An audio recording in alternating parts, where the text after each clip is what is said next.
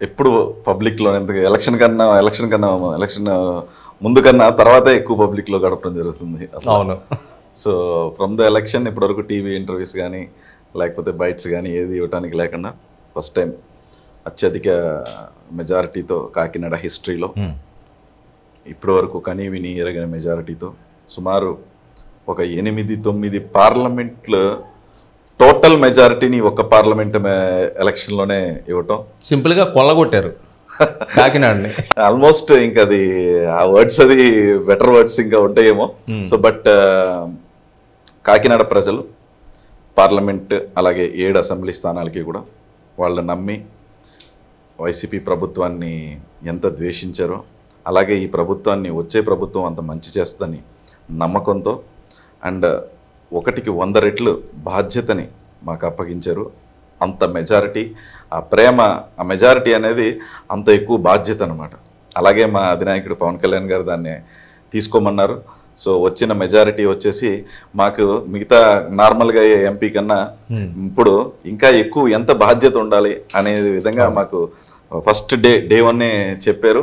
మేము కూడా ఆ విధంగానే ప్రజల్లోనే ఉంటాం, వాళ్ళ సమస్యలను తెలుసుకోవటం, వాటికి ఇమీడియట్లీ పరిష్కారాన్ని వెతుకుతూ అండ్ తెచ్చి పెడుతూ పనిచేస్తూ ఉన్నాను. ఉదయ్ గారు అసలు ఊహించిన విధంగా ఒక ఉదయ్ అనే వ్యక్తి యువకులు రాజకీయాల్లోకి రావడం, ఇలా వచ్చి పూర్తిగా అన్ని ప్రాంతాలు మీరు తిరిగారో లేదో కూడా నాకు డౌటే ఇప్పటికీ కూడా. ఎందుకంటే అంత షార్ట్ టైంలో మీరు వచ్చారు. ఒక్కసారిగా పార్లమెంటు అత్యధిక మెజారిటీ తోటి ఆ సీట్ని కైవసం చేసుకోవడం. అసలు పవన్ కళ్యాణ్ గారికి ఉదయ్ శ్రీనివాస్ మీద ఎందుకు అంత నమ్మకం? చాలామంది ఉన్నారు ఆ పార్టీలో. చాలామంది ఉన్నారంటే అండి, ఈ పార్లమెంట్ సీట్కి ఇక్కడ కరెక్ట్ పర్సన్ ఎవరు, ఆల్రెడీ ఎవరైతే సూటబుల్ పర్సన్ అవుతారో, అలాగే ఎవరు ఎక్కువ పని చేయగలుగుతారు, లేకపోతే వేరియస్ పారామీటర్స్లో ఆయన సెలెక్ట్ చేసి ఉండొచ్చు. అలయన్స్ ప్రకారం కానివ్వండి, లేకపోతే ఈక్వేషన్ ఆఫ్ ఈ సీట్ సెలక్షన్లో కూడా ఈ 2 సీట్లే ఎందుకని, ఇదంతా పెద్ద ఈక్వేషన్. మేము ఆ ఈక్వేషన్స్లో అది ఏ రోజు పార్టిసిపేట్ చేయలేదు. వ్యూహం అనేది మా అధినాయకుడికి వదిలేసాం. ఎవరికి సీట్ వచ్చింది ఎవరికి సీట్ రాలేదు అని కూడా ఎవరు అడిగేటోళ్ళు లేరు, నిరుత్సాహవంతులు లేరు. మొత్తం 100 ఉంటే 2-3 ఉండుంటారు. వాళ్ళు కూడా రాలేదని ఒక చిన్న నిరుత్సాహం అంతే తప్ప పార్టీ మీద ప్రేమ ఎప్పుడు వాళ్ళకి కూడా ఎప్పుడు వ్యతిరేకత రాదు యాక్చువల్గా. ఎందుకంటే మా అధినాయకుడితో జర్నీ చేసిన వాళ్ళు ఎవరు అంత సులభంగా వెళ్ళిపోలేరు యాక్చువల్గా. సో ఈ సీట్ అనేది ఏంటంటే అది అధినాయకుడు తీసుకున్న నిర్ణయం. నాకు పిఠాపురం ఇన్ఛార్జ్ కింద వేశారు. 10 నెలలు అక్కడ పనిచేశాను. పనిచేసిన తర్వాత ఈ ఆ టికెట్ సార్ నేను పోటీ చేస్తున్నాను అన్నారు తప్ప అప్పుడు నాకు ఎంపీ టికెట్ అనౌన్స్ చేయలేదు. అప్పుడు నేనేం చేయాలి? ఏదేంటిది అన్నీ వదిలేసి వచ్చాను, గందరగోళం చేసేయాలి. ఇంకా ఉత్సాహంగా పార్టీని ఈ దుర్మార్గ పాలన పంపించాలని, అలాగే ఇంత నిజాయితీ గల నాయకుడు అధినేత పవన్ కళ్యాణ్ గారు నాకన్నా ఇంకా ఎక్కువ కష్టపడి పనిచేసే వ్యక్తి అండ్ ప్రజలకు ఇంకా మేలు చేయగలిగే సత్తా ఉన్న వ్యక్తి.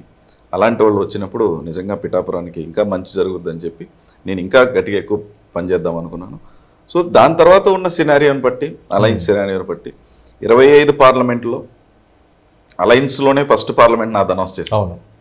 సో అనౌన్స్ చేశారు. సో అధినాయకుడు ఈ బాధ్యతను అప్పచెప్పారు. దానికి కూడా ఆ రోజు నుంచే కష్టపడి ప్రజల మధ్యలోనే తిరిగి, అంటే మా పార్టీ అలయన్స్ ఎన్డీఏ ప్రభుత్వం మేనిఫెస్టోని ప్రజల దగ్గర తీసుకెళ్ళక ముందే ప్రజలందరూ కూడా ఆల్రెడీ డిసైడ్ అయిపోయి ఉన్నారు. మేనిఫెస్టో ఏదైనా మా ఓటు మీదే అని. సో ఆల్రెడీ డిసైడ్ అయిపోయి ఉన్నారు. వాళ్ళు కూడా అందుకునే మమ్మల్ని వెల్కమింగే అంత బాగా చేసుకున్నారు. ఓకే, ఆ వెల్కమింగే అంత హార్ట్ఫుల్ వెల్కమింగ్ అండి అది. మళ్ళీ అంత అలాంటి ఎలక్షన్ కానీ లేకపోతే మేబీ నాకు వచ్చిన ఫస్ట్ ఎలక్షనే ఇంత ఒక బ్యూటిఫుల్ ఎలక్షన్ అసలు. So it's really thankful to our president Pawan Kalyan garu and definitely always grateful to. మీకు కాకినాడ ఇన్ఛార్జ్ ఇస్తారు అన్నప్పుడు ఏమన్నా డిస్కషన్ జరిగిందా? ఇలా అనుకుంటున్నాను ఉదయ్, ఏంటి మరి చేయగలవా చేయలేవా? మీకు ముందే అసలు సిగ్నల్స్ పిఠాపురం నుంచి ఏదో కొంతమంది జాయినింగ్స్ ఉంటే తీసుకెళ్లిన సందర్భంలో నా తమ్ముడు ఉదయ్ పోటీ చేస్తారని అక్కడ చెప్పారు. నాకే తెలియదు అక్కడ ముందు అసలు డిస్కషన్ లేదు. ఆయన డిస్కషన్ అంటే వ్యూహం అయింది మా అధినేత పవన్ కళ్యాణ్.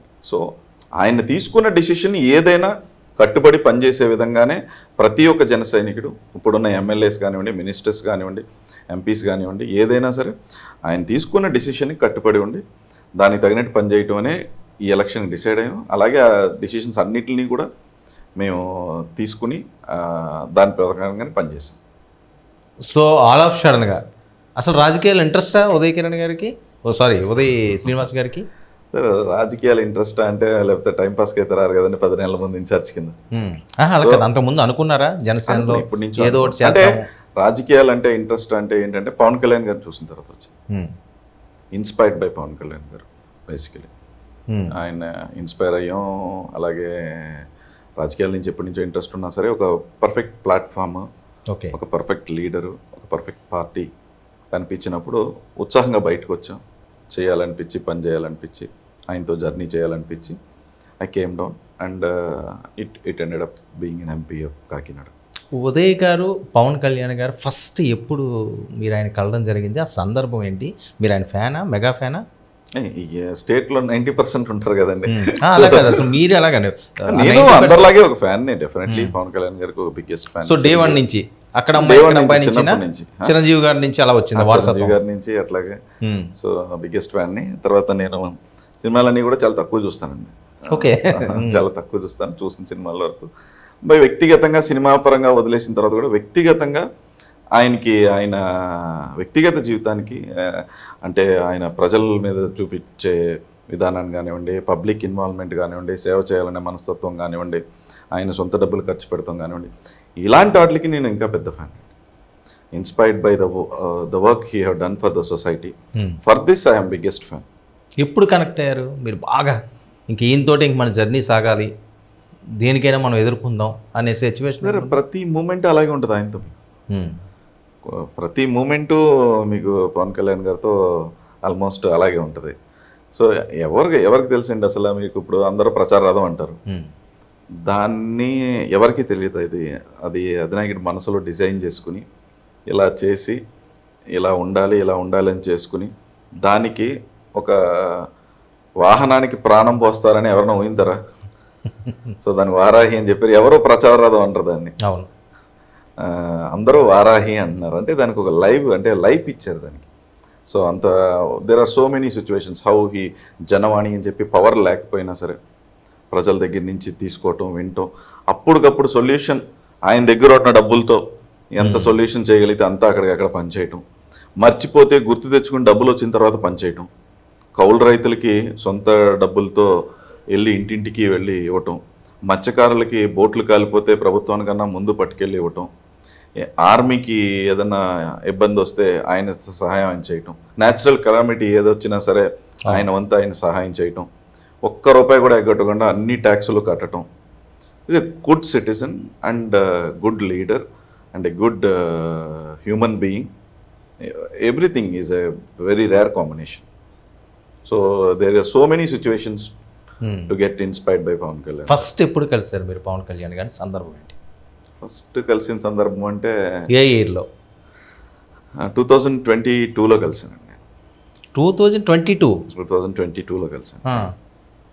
భీమ్లా నాయక్ షూటింగ్ అప్పుడు అనుకుంటా. అప్పుడేనా ఫస్ట్ కలవడం? అప్పుడే ఫస్ట్ కలవడం. Just 2 years back. 2 years back. Okay, అంత ఎలా కనెక్ట్ అయిపోయారండి పవన్ కళ్యాణ్ గారు మీకు? అంతే, నిజంగా అలాగే ఉంటుంది. ఎందుకంటే ఎక్కడ చూసినా ఉదయ్ అంటారు, వారాహి అంటే ఉదయ్ పేరు వచ్చేది. అంటే అట్లా కదా, ఒక్కొక్కరికి ఒక్కొక్క బాధ్యత అప్పచెప్తారు. అంటే మీకెందుకు అప్పచెప్పాలనిపించింది? ఆ సందర్భం ఏంటి? అది సార్కే తెలుసు.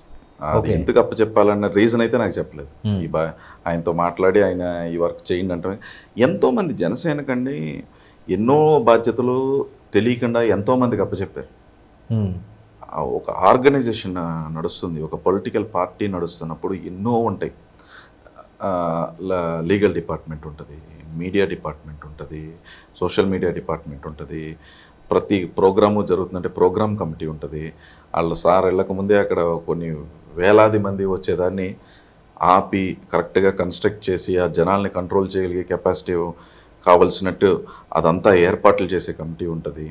అలాగే there are so many channels in between the party. వాళ్ళందరూ తెలియకపోవచ్చేమో మేము కానీ, బట్ అందరూ కూడా చాలా కష్టపడ్డారు. ప్రతి నియోజకవర్గంలోని ఇన్ఛార్జెస్ ఉన్నారు. ఆ ఆ ఇన్ఛార్జెస్ అందరూ ఎప్పటి నుంచో పనిచేస్తూ ఉన్నారు. సో దీస్ ఆర్ ఆల్ తెలుసా తెలీదా అనేది కాదండి, అతను ప్రస్తావించారా లేదా అనేది కాదు. బట్ ఇప్పుడు టికెట్స్ ఇచ్చిన వాళ్ళు కానివ్వండి, రేపు ఇవ్వబోయే నామినేటెడ్ పదవుల్లో కానివ్వండి, ఎవరిని ఎప్పుడు అకామిడేట్ చేయాలనేది ఆయన సొంత డిసిషన్ ఏమన్నా వెనకాల ఆయన డిసిషన్స్ అన్నీ అధినాయకుడు తప్ప ఎవరు ఆయన ఇన్ఫ్లుయెన్స్ చేయలేరండి. ఓకే. ఎవరు ఇన్ఫ్లుయెన్స్ చేయలేరు. సో భీమ్లా నాయక్ టైంలో మామూలుగా వెళ్ళి అభిమానంతో కలిసారా, లేకపోతే మీరు ఇంకా కలిసి జర్నీ చేయాలని డిసైడ్ అయ్యి వెళ్ళి కలిసారా? జర్నీ చేయాలని ఎప్పటి నుంచో ఉంటుంది, అప్పుడు ఆపర్చునిటీ దొరికింది, మామూలుగా వెళ్ళి కలిసాం. చెప్పారు ఎలాగా సార్ మీతో నేను కలిసి అని చెప్పాను. నెక్స్ట్ రోజే రమ్మన్నారు ఆఫీస్కి, సెట్లో కాదు ఆఫీస్కి రా అన్నారు. నెక్స్ట్ రోజే వచ్చేసారు, జాయిన్ అయ్యాను. జాయినింగ్ కూడా మళ్ళీ ఇంకోసారి ఏదో చిన్న హోంవర్క్ ఇచ్చారు, అది చేసుకుని నేను మళ్ళీ వెళ్ళాను. మళ్ళీ వెళ్తే పార్టీలో ఎప్పుడు జాయిన్ అవుతున్నాం అన్నారు. మీరు ఎప్పుడంటే అప్పుడు సార్ అన్నాను. ఆ రోజు ఏదో సారు ముహూర్తం కూడా సారే చెప్పారు. ఓకే. జాయినింగ్కి పిలిచి ఈ పేరు మీద ముహూర్తం ఎప్పుడు బాగుంటుందో అన్నారు. ఆ ముహూర్తం ఎప్పుడు బాగుంటుందో అంటే రేపొద్దునే ఉంది సార్ అన్నారు. రేపొద్దున అంటే 8:23 అన్నారు. 8:23 అంటే అవునా, 8:23కి పార్టీ ఆఫీస్కి వచ్చేసాను. బయట షూటింగ్ ఉన్నా సరే సార్ ఆ టైంకి అక్కడికి వచ్చేసారు. 8:23కి వచ్చి నాకుని ఉంగుటూరు ఎమ్మెల్యే ఉన్నారు కదా, ఆయనకి కండో వేశారు. సో ఆ ముహూర్తం ఎంత మంచి ముహూర్తం అంటే జాయిన్ అయిన ఇద్దరు ఒకళ్ళు ఎమ్మెల్యే ఒకళ్ళు ఎంపీ అయిపోయాం. మా అధినేత బాగా ఇష్టం అండి ఇలా జాతకాలు చూడడం. ఇవన్నీ జాతకం కాదండి, ప్రజల కోసం ఎలక్ట్ చేసుకునే నాయకులు వచ్చేటప్పుడు మంచి చూసుకుని. ఇప్పుడు మీరు కారు కొనుక్కుంటున్నారు అనుకోండి, కొబ్బరికాయ కొడితే దాన్ని ఏమంటారు, సెంటిమెంట్స్ ఉన్నాయి కదా. సెంటిమెంట్స్ అంటే సొసైటీలోనే కదండి ఉంటా అందరూని. ఆయన హిందుత్వాన్ని పాటిస్తున్నారు కాబట్టి ఇవన్నీ ఉంటాయి కదా. మిగతా మతాలని గౌరవిస్తూ ఆయన మతాన్ని ఆయన్ని అడాప్ట్ చేసుకుంటూ వెళ్ళాలి కదా అన్ని అందరినీ. సో మీకు మొదట అప్పు చెప్పింది ఏంటి, ఏంటి ఏ వరకు అప్పు చెప్పారు మీరు జాయిన్ అయిన తర్వాత? ఏ చూడమన్నారు, ఏ వింగ్ చూడమన్నారు? వారాహి అట్లాంటిది ఏం లేదు, మామూలుగా పార్టీ వర్క్ అంతా అప్పు చెప్తుంటారు. So many homeworks. అప్పుడే జగన్ గారు ఎలక్ట్రిసిటీ బిల్స్ని పెంచేశారు. ఆ ఎలక్ట్రిసిటీ బిల్స్ ఎవరికి ఎంత పెంచారు, ఎలా పెంచారు. So on the very same day ఇప్పుడు కూడా గుర్తుంది, అందులో 85% ఆఫ్ పెరిగిందంటే మధ్యతరగతి కుటుంబాల్లో వాడే వాళ్ళకి ఎక్కువ పెంచేసి, రిచ్ పీపుల్కి తగ్గించేసి, ఇంకా తక్కువ క్యాప్ ఉండేదాన్ని ఇప్పుడు 70 యూనిట్స్ ఉండేదాన్ని 50 యూనిట్స్కి చేసేసి, అంటే ఆ 50 యూనిట్స్కి చేయటం వల్ల 80% ఆఫ్ ఫ్రీ ఎలక్ట్రిసిటీ తగ్గిపోయేటట్టు, ఫ్రీ ఎలక్ట్రిసిటీ వాడే వాళ్ళు 80% ఆఫ్ బిల్లు కట్టేదట్టు అయిపోయిందని చెప్పి took a total data and I give it. There are so many works and పార్టీలో మీరు ఒక్కొక్కటి అడిగితే అది ఎప్పుడు చెప్పలేం. ఓకే. మీరు ఫస్ట్ ఎక్కడ జాయిన్ అయ్యారు, ఎవరిని ఇంట్రడ్యూస్ చేశారు, ఏ షర్ట్ వేసుకున్నారంటే మీకు ఏం గుర్తుండవు అవన్నీ. So it's part of a journey. And there are lots and lots of ఇచ్చేవారు మొదటి నుంచి కూడా. ఇంపార్టెన్స్ అంటే అట్లా కాదండి, పార్టీ ఆర్గనైజేషన్లో ఎవరికెవరు ఏమేమి వర్క్ చేయాలి, ఎవరు సూటబుల్ పర్సన్ అని చెప్పి అందరికీ చెప్తారు. Okay. So it is like ఆ వర్క్ మనకు వచ్చింది అనుకోవాలి అంతే. దేశవ్యాప్తంగా పవన్ కళ్యాణ్ గారికి ఎంత పవర్ ఉందో వారాహి వాహనానికి కూడా అంత పెద్ద ఎత్తున పబ్లిసిటీ వచ్చింది, అంత పవర్ వచ్చింది. అసలు దాని రూపకల్పన ఎలా జరిగింది, ఏ సందర్భంలో? అది టోటలీ సారే చేశారు. ఓకే. టోటలీ సారే చేసి ఒక డిజైన్ ఇచ్చి దీన్ని స్ట్రక్చర్ దగ్గరుండి చూసుకుని ఆ వర్క్ని total exactly it is coming as he things, ఆయన మనసులో ఉన్నది ఎగ్జాక్ట్లీ బయటకు వస్తుందా లేదా అని there are some corrections and అలాగే దాన్ని కంప్లీట్ చేసాం. మే టేకెన్ లాంగ్ డ్యూరేషన్ ఎక్కువైంది బట్ కంప్లీటెడ్. అది ఆ రోజు మీరు చూసారంటే 8-9 నెలలకి ముందు ఆయన వర్క్ చేయడం స్టార్ట్ చేసాం అది. సో ఇట్ మస్ట్ ఇక్కడే జరిగిందండి మొత్తం అంతా? లేదు, హైదరాబాద్లో జరిగింది. ఓకే, అదే హైదరాబాద్లోనే జరిగింది. హైదరాబాద్లో. ఓకే. ఉదయ్ శ్రీనివాస్ గారి పాపకు కూడా పవన్ కళ్యాణ్ గారు పేరు పెట్టారట. నేను ఆ సిచ్యువేషన్లో ఉన్నాను, అమ్మాయి పుట్టింది సార్ పేరు పెట్టాలి అంటే సార్ అప్పుడు పెట్టారు. దానికి టైం ఏదో తీసుకున్నారట. ఆ టైం అది కూడా ఎలాగంటే అవునా సరే చెప్తాను అని చెప్పి వదిలేశారు. నేను ఒక 1 వీక్ మర్చిపోయారేమనుకున్నాను సార్, గుర్తు అదే సార్ పాప పేరు చెప్తానులే అంట. ఆయన ఒక డిసిషన్ అలా అనేసారంటే మళ్ళీ అడగటానికి కూడా పెద్దగా మళ్ళీ ఏమో అడిగేంత ధైర్యం ఉండదు. సో అగైన్ అలాగే తర్వాత ఎర్లీ మార్నింగ్ ఫోన్ చేశారు and he himself wrote in the paper and gave it. అది ఎంత బ్యూటిఫుల్లీ డిజైన్ చేశారంటే అమాని రాజ్యదాయిని. అమాని అంటే చనిపోయారు మా ఫాదర్, వసంతం అని. రాజ్యదాయిని అంటే రాజ్యాధికారాన్ని ఇచ్చే ఒక పాపలాగా. ఎందుకు అమాని యాడ్ చేశాను అంటే మీ ఫాదర్ పేరు ప్లస్ రేపు పొద్దున్న ఉత్తునే ఎక్కడికైనా వెళ్ళి రాజధాని పేరు ఎవరిని పెట్టారంటే నన్ను ఏమనుకోకూడదు, అందుకని స్టైలిష్గా ఉండాలి అమ్మా నీ రాజ్యదాయిని అని చెప్పి పేరు పెట్టారు. అంటే అంత విజనరీగా ఆలోచించచ్చు. స్టైలిష్గానే ఉండాలి, ఫాదర్ పేరు కలవాలి, పుట్టిన దానికి ఎలా మ్యాచ్ అయ్యి ఎలాగైతే అన్నిటికీ అంత బ్యూటిఫుల్ నేమ్ మేము కూడా పెట్టుండకపోవచ్చు. మేము ఏదో స్టైలిష్గా ఏదో మా ఫస్ట్ అమ్మాయికి ఆన్యా అని పెట్టేసాం, ఏదో ఎలా బాగుంటుంది అలాగా. మరి మేమే అంత హోంవర్క్ చేయలేదు.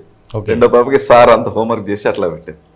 సో ఏ బాధ్యత అయినా తీసుకున్నారు అంటే దాన్ని అంత శ్రద్ధగా, అది ఎవరు అనేది కాదండి, మనం బాధ్యత తీసుకున్నాం, అది బాధ్యత అంటే దాన్ని అలాగే ఫుల్ఫిల్ చేస్తారు. అలాగే మేము మోడీ గారు జనసేన 2 ఎంపీలని రమ్మన్నప్పుడు వెళ్ళినప్పుడు ఒకటి చెప్పండి, ఒకటి గుర్తుపెట్టుకోండి, మీరు 150 కోట్ల మంది బాధ్యతని గత 10 ఏళ్ళుగా ఆయన భుజాల మీద మోస్తున్నారు. మీరు ఆయనకి బలం అవ్వాలి తప్ప బరువు అవ్వకూడదు ఓకే అని చెప్పి, మీరు ఎప్పుడు కూడా ఆయన తీసుకునే సహకారం, ఆయన తీసుకునే డెసిషన్స్కి మీరు ఎప్పుడు బలం అవ్వాలి, అలాగే ఉండాలి. సో స్టేట్లో ఉన్న అందరు ఎంపీస్కి కూడా అలాగే చెప్పి పంపించారు. సో ఆయన బాధ్యత అయినా ఏదైనా తీసుకున్నా సరే అంత క్రమశిక్షణతో అలా కట్టుబడి ఉంటారు. పవన్ కళ్యాణ్ గారి తపన ఏంటండి? దగ్గర నుంచి మీరు చూశారు కాబట్టి. మంచి సమాజం, మంచి రాష్ట్రం, క్రైమ్ లేని ఒక society, main law and order స్ట్రిక్ట్గా ఉండాలి, క్రైమ్ లేని సొసైటీ ఫ్లరిష్ అవ్వాలి. అంటే పూర్ పీపుల్కి ఒక సొసైటీలో, ఒక సమాజంలో గవర్నమెంట్ నుంచి దక్కవలసినవన్నీ దక్కకుండా ఇబ్బంది పడకుండా ఉండటం అనేది ఆయన ఒక ఎప్పుడు ఆ మనసులో ఆయన ఆవేదన ఉంటుంది. So for a better society flourish అవ్వాలి, క్రైమ్ ఉండకూడదు, క్రైమ్ అనేది ఉండకూడదు అనేది ఆయన ఒక కోరిక. ఎలక్షన్ క్యాంపెయిన్లో పవన్ కళ్యాణ్ గారు చాలా స్పీచ్లు ఇచ్చారు, కానీ ఎప్పటికీ ఏదైనా పవన్ కళ్యాణ్ గారి గురించి ఒక ఫైర్గా మాట్లాడాలనుకుంటే ఒక స్పీచ్ బయటకు వస్తుంది. అది మీ నడిబొడ్డులో ఇచ్చిన స్పీచ్. రౌడీ నా కొడుకుల్ని గొడ్డలిప్పించి తరిమి కొడతాను అని చెప్పి ద్వారంపూడి చంద్రశేఖర్కి హెచ్చరించింది. ఆయన మీ ప్రాంతంలోనే ఉన్నారు. వాళ్ళందరూ సెటరేట్ అయ్యారా?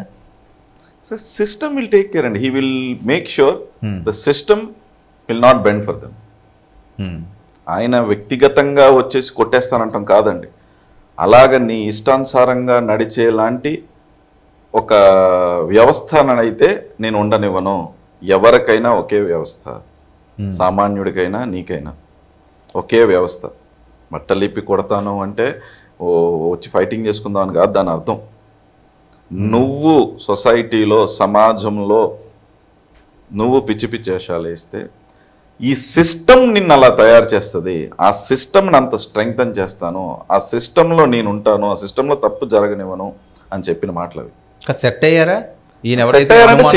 సిస్టమ్ విల్ టేక్ కేర్ అండి. సెట్ అయ్యారంటే ఏమన్నా, నేనైతే ఈ మధ్యకాలంలో ఏం ఇంటర్వ్యూలు ఏం చూడలేదు. ఎవరేం మాట్లాడినా సరే వచ్చి ఇంటర్వ్యూ ప్రెస్ మీట్లే పెట్టేస్తారు. ఇదే సరిపోతున్నదా మీకు? I'm not interested in what those people are saying and telling and commenting. నేను చూడలేదు కూడా. నేను యాక్చువల్లీ కాకినాడ పార్లమెంట్కి ఏ విధంగా ఇంకా బాగా పనిచేయగలదు అనే దాని మీద, ఢిల్లీలో వాట్ ఈస్ పార్లమెంటరీ అనే దాని గురించి నేను ఆల్మోస్ట్ ఒక కోర్స్ లాగా జాయిన్ అయ్యి కూడా నేర్చుకున్నాను. నేను how to use all my tools in parliament అనేదానికి. So I learned and I keep speaking to so many people how I can get more funds to Kakinada, how Kakinada parliament can be developed when compare to all other parliaments in the state or maybe in the country అనే టైప్లో ఆలోచిస్తూ, అలాగే ఈ ఇక్కడికి వచ్చే ప్రజా సమస్యలను immediately solve చేయగలిగిన అన్ని స్పాట్లోనే అండ్ అలాగే చేయటం. అలాగే గ్రామ సభ జరుగుతున్నా సరే చెప్పటం, ఎవ్వరికి కూడా మీ గ్రామ సభలో పెట్టండి, ఎవ్వరికి ₹1 ఇచ్చినా సరే లంచం ఇస్తే ఆగిపోద్ది. ఇంతకుముందు లంచం ఇవ్వకపోతే ఆగిపోద్ది, లంచం ఇస్తే ఆగిపోద్ది అనే విధంగానే ప్రజల్ని ఎడ్యుకేట్ చేశారు. గ్రామ సభలో కూడా మా అధినాయకుడు పవన్ కళ్యాణ్ గారు, అలాగే పంచాయతీరాజ్ మినిస్టర్ డిప్యూటీ సీఎం గారు ఇచ్చిన ఆదేశాల మేరకు గ్రామ సభలో లంచం ఇస్తే పని ఆగిపోద్ది అనేది కూడా ఎడ్యుకేట్ చేసి ప్రజలకు కావాల్సిన అన్ని ప్రయారిటీస్ని ప్రజలతోనే సెలెక్ట్ చేసుకుని గ్రామ సభలో కూడా పెట్టించవచ్చు. ఎన్నో సంవత్సరాల నుంచి జరుగుతున్న ప్రక్రియ ఇంత షార్ట్ టర్మ్లో ఇలాంటి డిసిషన్లు, ఇది చేస్తే ఇది ఆగిపోద్ది అన్నది వర్కౌట్ అవుతుందా? అంటే ఐ డోంట్ గెట్ అండర్స్టాండ్. ఏదైతే మీరు లంచం ఇస్తే పని ఆగిపోద్ది అని ఈ సిస్టమ్ ఎడ్యుకేట్ అండి. మనం ఒక సిస్టమ్ అయితే స్టార్ట్ చేయాలి కదా, మార్పు కోసం రిజల్ట్ కనిపిస్తున్నదా అని. రిజల్ట్ కనిపిస్తుందండి, ఎందుకు కనిపించదు? కంపల్సరీగా కనిపిస్తుంది. 1-2 జరిగినాయి అనుకోండి, ప్రజలు ఎడ్యుకేట్ అవుతారు. ఏదైనా అలవాటే కదండి, అడాప్టేషన్ తీసుకోవడం కదా.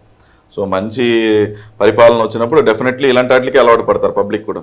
అలాగ తయారు చేసింది రాజకీయ నాయకులే, ఇలా తయారు చేయబోయేది రాజకీయ నాయకులే.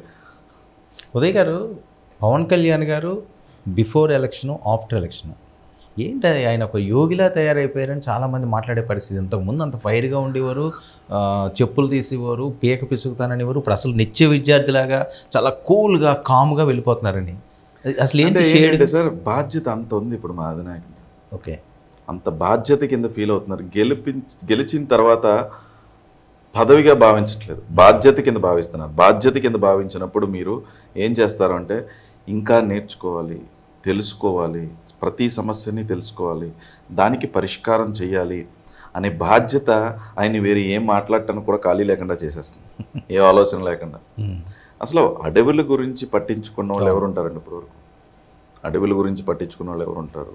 లేకపోతే పంచాయతీ అసలు గ్రామ సభలో పబ్లిక్ని ఇన్వాల్వ్ చేయమని తీర్మానం పెట్టుకోమని, అసలు ఇంత బాగా పంచాయతీలని అలా మార్చాలనే ఉద్దేశం అసలు ఎవరు చేశారని ఆయన తీసుకున్న డిపార్ట్మెంట్స్, ఆయన తీసుకున్న మినిస్ట్రీస్ అన్నిటిని కూడా is doing the best.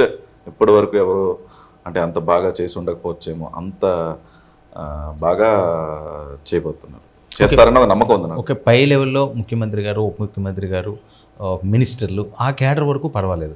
Ground లెవెల్లో కూటమి, తెలుగుదేశం పార్టీ అవనండి, బీజేపీకి మీకు పెద్దగా ఎప్పుడు కూడా ప్రాబ్లం రాకపోవచ్చేమో, వాళ్ళు ఇది మనది అనే విధంగా వెళ్తుందా టీడీపీ జనసేన? సరే, ఫస్ట్ అలయన్స్ టికెట్ ముందు కూడా అలాగే అనుకున్నారు. టికెట్లు ఇచ్చిన తర్వాత క్యాడర్ కలుస్తుందా అది సరే, ఏదైనా సరే it will take some time and definitely it's gonna happen. Cadre కూడా అందరూ కలిసే ఉన్నారు, కలిసే షేర్ చేసుకుంటున్నారు అండ్ కలిసే పనిచేస్తాం. రాష్ట్రం బాగుండటం కోసం అన్ని మూడు పార్టీలు కూడా కలిసి ముందుకెళ్తాం.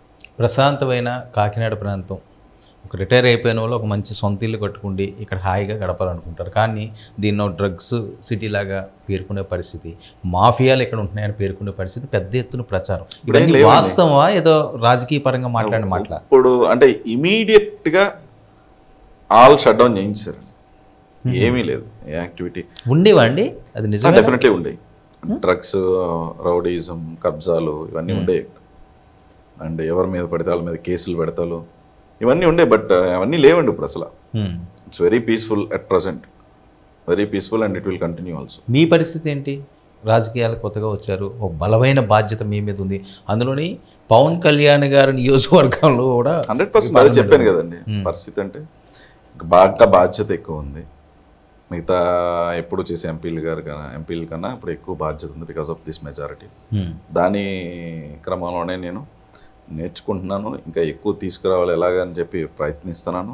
100% అది చేస్తాను కూడా. మీ అధినాయకులు, ఉప ముఖ్యమంత్రి గారు, మీకు సోదర సమానులు, దైవ సమానులైన పవన్ కళ్యాణ్ గారి పవర్, సినిమా పవర్ కాదు, పొలిటికల్ పవర్ పుట్టినరోజు ఎలా సెలబ్రేట్ చేయబోతున్నారు? సార్, పొలిటికల్ పవర్ పుట్టినరోజు ఎలా చేద్దాం అనుకుంటా, దానికన్నా ఎవరైనా సరే బర్త్డేని గ్రాండ్గా ఇస్తున్నాను, పార్టీ అందరు ఎమ్మెల్యేలు ఇక్కడికి రండి పార్టీ ఇస్తున్నాను, ఎంపీలు ఇక్కడ పార్టీ ఇస్తున్నాను, డిన్నర్ ఇస్తున్నాను, లేకపోతే ఎక్కడికక్కడ మంచి క్రాకర్స్ అయ్యి గ్రాండ్గా, అవన్నీ కాదండి. ఎవరైనా సరే ఎంత ప్రేమ ఉన్నా సరే మొక్కలే నాటాలి. అదనే ఇక్కడ ఇచ్చిన ఆదేశాలు. అది అంటే ఆయన పుట్టినరోజు కూడా పార్టీ అంటే పార్టీలు చేసుకోకుండా, పార్టీ గురించి కాకుండా ప్రజల కోసం ఆలోచించి సమాజం బాగుండాలి అని, పర్యావరణం బాగుండాలని చెప్పి పరిరక్షించే విధంగా ఆయన పుట్టినరోజుకి మీరు క్రాకర్స్, కేక్స్ ఇవన్నీ కాకుండా ఎందరో మొక్కలు నాటండి, అది అందరికీ ఉపయోగపడుతుంది, సమాజంలో ఒక మార్పు వస్తుంది అనే విధంగా చెప్పారు. ఎవరికి ఏ సెపరేట్ సెలబ్రేషన్స్ లేవు. ఎంటైర్ స్టేట్ మీకు ఆ రోజు ఎన్ని వేల చెట్లు, ఎన్ని లక్షల చెట్లు నాటుతామో చూడండి. అది 5 ఏళ్ళ తర్వాత అవన్నీ ఎంత పెద్ద అవుతాయో చూడండి. పచ్చగా మారుతుంది ఆంధ్రప్రదేశ్. ఆయన కోరిక కూడా అదే కదా, ఆయన కోరిక కూడా రాష్ట్రం పచ్చగా ఉండాలి, ప్రజలు హ్యాపీగా ఉండాలి. సో ఆయన బర్త్డే రోజున మొత్తం అందరం చెట్లు నాటే ప్రోగ్రాంలో ఉంటాం. ఆల్మోస్ట్ ఎవ్రీ విలేజ్లోని దీన్ని చేయబోతున్నాం. ఎంటైర్ 13,000 అండ్ సోఫార్ విలేజెస్లో ప్రతి విలేజ్లోని ఈ ప్రోగ్రామ్ చేయబోతున్నాం. మా ద్వారా కళ్యాణ్ గారికి మీరు బర్త్డే విషెస్ ఏ రకంగా చెప్పాలనుకుంటున్నారు? సార్కి ఎప్పుడు మీలాంటి ఒక నాయకుడు మాకు దొరకడం అదృష్టం.